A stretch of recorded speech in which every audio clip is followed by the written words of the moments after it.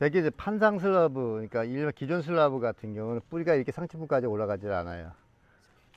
이 백재배를 하게 되면 바닥에서도 위에까지 이렇게 뿌리가 꽉 차요. 조금만 지금 어려서 심은 지 않는데 조금 더 심으면 위에까지 꽉 차거든요. 아래서부터 올라가는 거예요? 예, 뿌리는 아래부터 올라가요. 위에서 들어가는 게 아니라. 보시면 이 뿌리가 이렇게 된 뿌리가 계속 올라가요. 이 위에까지 꽉 차버리거든요. 근데 이제 판상 슬라브를 하게 되면, 판상 슬라브에서 1m짜리를 하게 되면 한 요만큼만 많고 요 위에는 없어요. 그리고 드리퍼 있는 데만 이렇게 있고 드리퍼 없는 데는 또 없고, 그래서 사각지대가 있고 배지 이용 효율이 떨어져요. 재배는 배지 이용 효율이 상당히 높습니다. 그리고 그거 배지가 이 뿌리를 보시게 되면 대개 이제 가는 뿌리와 솜털이 많아야 되거든요. 테드리는 이렇게 굵은 뿌리 있지만 이 안쪽에 이런 데 공간에 보면 솜털이 많거든요. 저런 뿌리가 일을 많이 하거든요.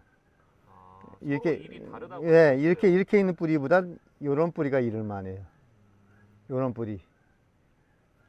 그래서 뿌리가 많다고 그래서 좋은 게 아니라 뿌리가 일을 잘하는 뿌리냐 안 뿌리냐의 차이점이 커요. 그럼 결론 정리하면 금권보호가 저렇게 잘 자라도록 하기 위해서 백재배를 사용하시고 드리퍼도 네. 더 많이 넣으신다. 네. 라고 그리고 급액하는 방식도 바꾸고. 급액하는 방식도. 그 작물은 기본적으로 이제 지상부와 지하부에 1대1로 이렇게 나눠져 있잖아요. 네.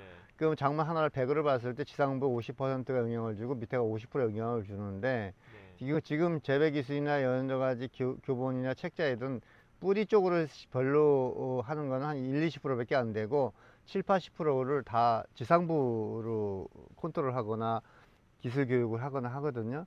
사실상 여기서 뿌리가 받쳐주지 않은 상태 지상부는 의미가 없어요. 그렇죠.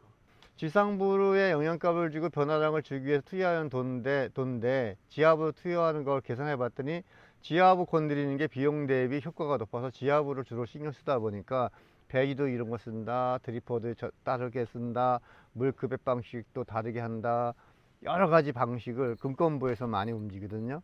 그렇게 되면 투여 대비 이제 제가 성과를 얻는 양이 많아서 가성비가 현재까지 높게 와 있었어요. 근데 요거만 있는 게 아니라 이제 요거와 위에까지 같이 연계시키려고 지금 준비하는 단계고요. 그러니까 지금까지는 뿌리 중심을 움직였지만 뿌리 중심을 움직였던 데이터와 지상부 데이터 합쳐가지고 움직이다 보니까 천창을 이제 손을 대는 거죠. 네. 다음 단계로. 네. 왜냐하면 여기서 건들 수 있는 게 더 이상 없으니까. 그러면 이제 지상부를 또 건드려야죠. 그 배지 얘기 전에 해주셨고 드리퍼 얘기도 해주셨어요. 배액도 이제 신경을 쓰신다고 얘기해 주셨는데 배액은 어떻게 더 하시는 거예요? 배액은 보통 그 판상 슬라브 같은 경우는 이제 급액되는 시간대, 일정 시간대 꾸준하게 폐액이 나오는 방식으로 관리하거든요. 그게 일반적이거든요. 근데 저 같은 경우는 꾸준하게 폐액이 나오는 게 아니라 짧은 시간에 집중적으로 나오고 나머지 시간에 안 나오는 구조를 가지고 있어요. 그러니까 방에 환기를 시킨다. 그러면 창문을 조금 열어가지고 하루 종일 환기시키는 타입이 아니라 저는 이제 일정 시간대 환기하기 좋은 조건 시간대 문을 다 열어버리는 거예요. 짜면 환기를 충분히 시키고 나머지는 환기를 안 하는 쪽으로 이렇게 하거든요. 근데 요게 좋은 점이 뭐냐면 금권부 이시를 컨트롤하기 용이하고요.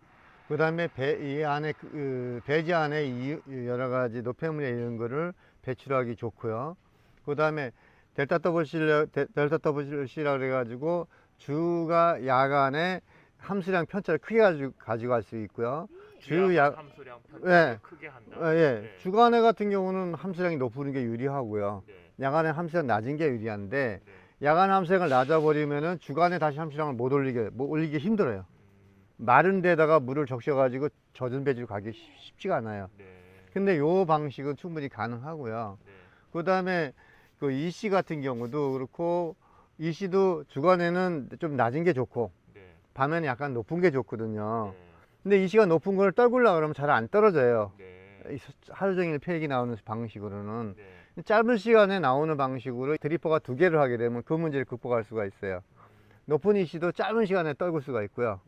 또 많이 말랐던 건조했던 배지도 짧은 시간에 다시 재포수가 가능하고요.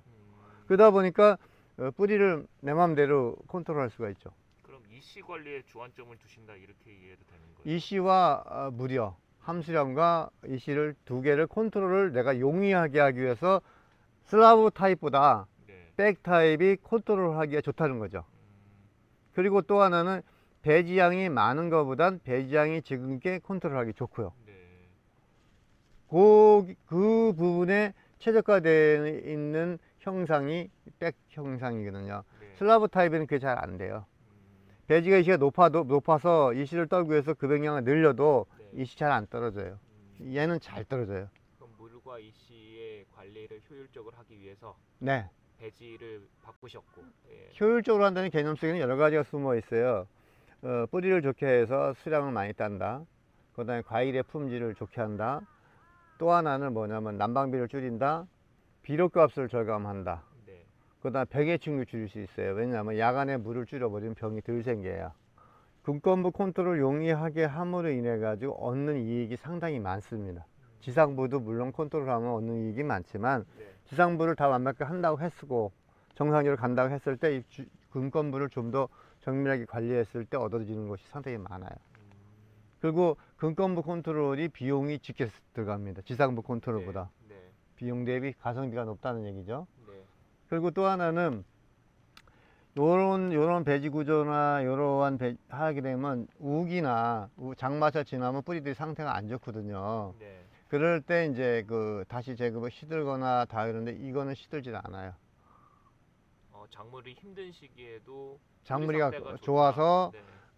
장마 지나고 나서도 나무가 스트레스가 별로 안 받아요. 그렇게 그 이유는 이 자기가 좋아하는 공간에 높이가 있어서 좋아하는 공간 분포가 쉽고요. 네. 그 다음에 짧은 시간에 적시실 수도 있고 그래서 이 하나 차이점은 판상슬라브하고 백하고 차이점은 얘는 굵은 뿌리보다는 잔뿌리가 많고요. 네. 판상슬라브는 굵은 뿌리가 많아요. 네. 네. 작물한테 굵은 뿌리보다는 잔뿌리가 많은 게 유리하고. 네.